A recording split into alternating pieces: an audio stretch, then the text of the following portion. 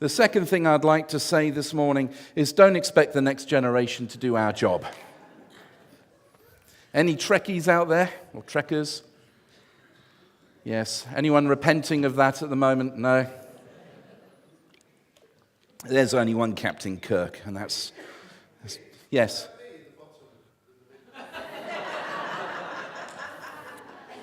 That could be you, Steve. You've snuck in there.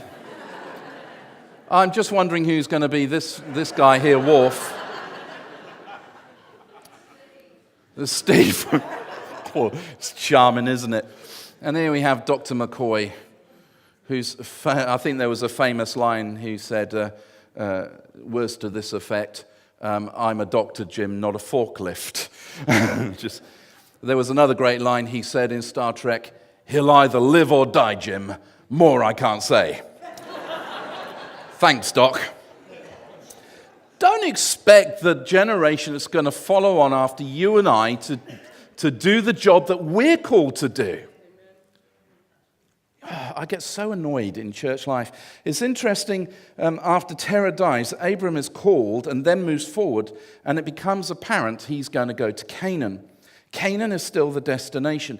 Now, perhaps Terah stopped out of all those reasons we've mentioned. Perhaps he stopped out of sentimentality. Perhaps he stopped out of fear, because we read in Genesis 12 that there were Canaanites everywhere where they were heading to. Let me submit this to you as just a quick thought. Because Terah didn't deal with the Canaanites, it made it harder for Abram and subsequent generations, because the Canaanites were able to gain a foothold in the land and expand and gain influence. So instead of being something that could have been easily dealt with, it became something that was quite difficult to deal with.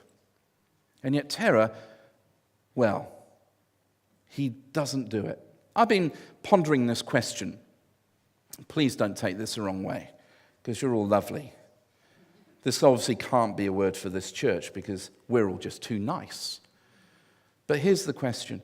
Why is it that each generation of the church seems to successfully abdicate its responsibility? I've heard it taught in church and heard it declared, and there is truth in this, that the revival, renewal, the hope of the church is in the young people. Now that's great when you're young. It's great to hear that when you're a teenager. Oh, the hope of the church. It's in me. The revival is in me. It's going to happen through me.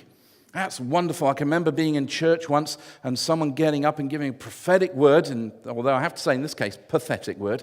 They got up and they said, words to that effect, the hope of this church, the revival, the church is going to be fine because the young people, and I'm sitting there as about 13, 14-year-old hearing this, the young people are going to be the ones who lead us and change the world. And I could see amongst the young people at that time, we all got a bit, we're the emperor's new clothes. We're just it now.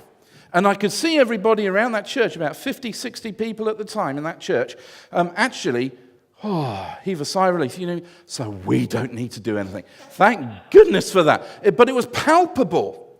It was palpable. My friends, if that's how we are thinking, shame on us. How dare we leave for the next generation a mess that we've created and a mess that we've left behind? That's not a legacy. That's just dumping something on them.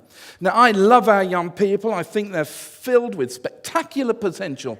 A great generation is coming up behind us. And I would love you, young person, if you're here and you're a teenager and you've come across into kind of big church, and grown-up church and whatever we want to call it, but family church, however we put it. But you're here and you're thinking, it's all right, but I'd much rather be texting or playing Pokemon or something, Let me just say this to you. Step up to the plate. If you're in here, you're old enough.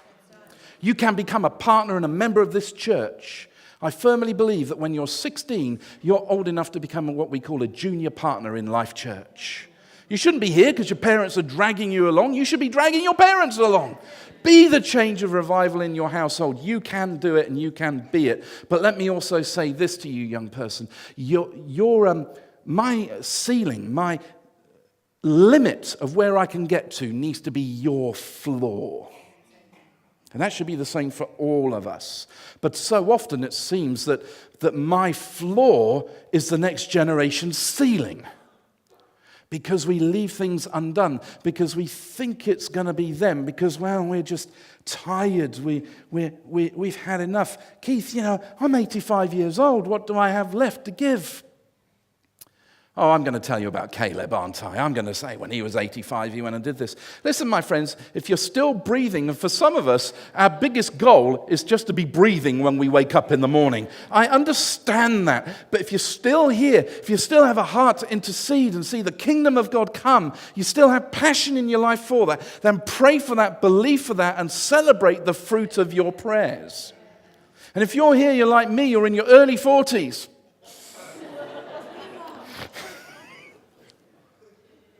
We need to pick some stuff up, my generation. We need to pick some stuff up and not leave it to other people. We need to find our zing. We need to find our Canaan. We need to find that thing that God has called us to do. And by golly, we need to do it because it's unfair to say, well, I'm just going to invest in my kids. Yeah, I do that. But invest in my youth, invest in that, and then they're going to do it. My friends, if we have to wait 25 years for their generation to turn around and say, we're ready, there's a generation of people who have gone to hell. Let's not wait, shall we? Let's recover. Let's find our zing. Let's discover that actually we don't have to stop at the service station.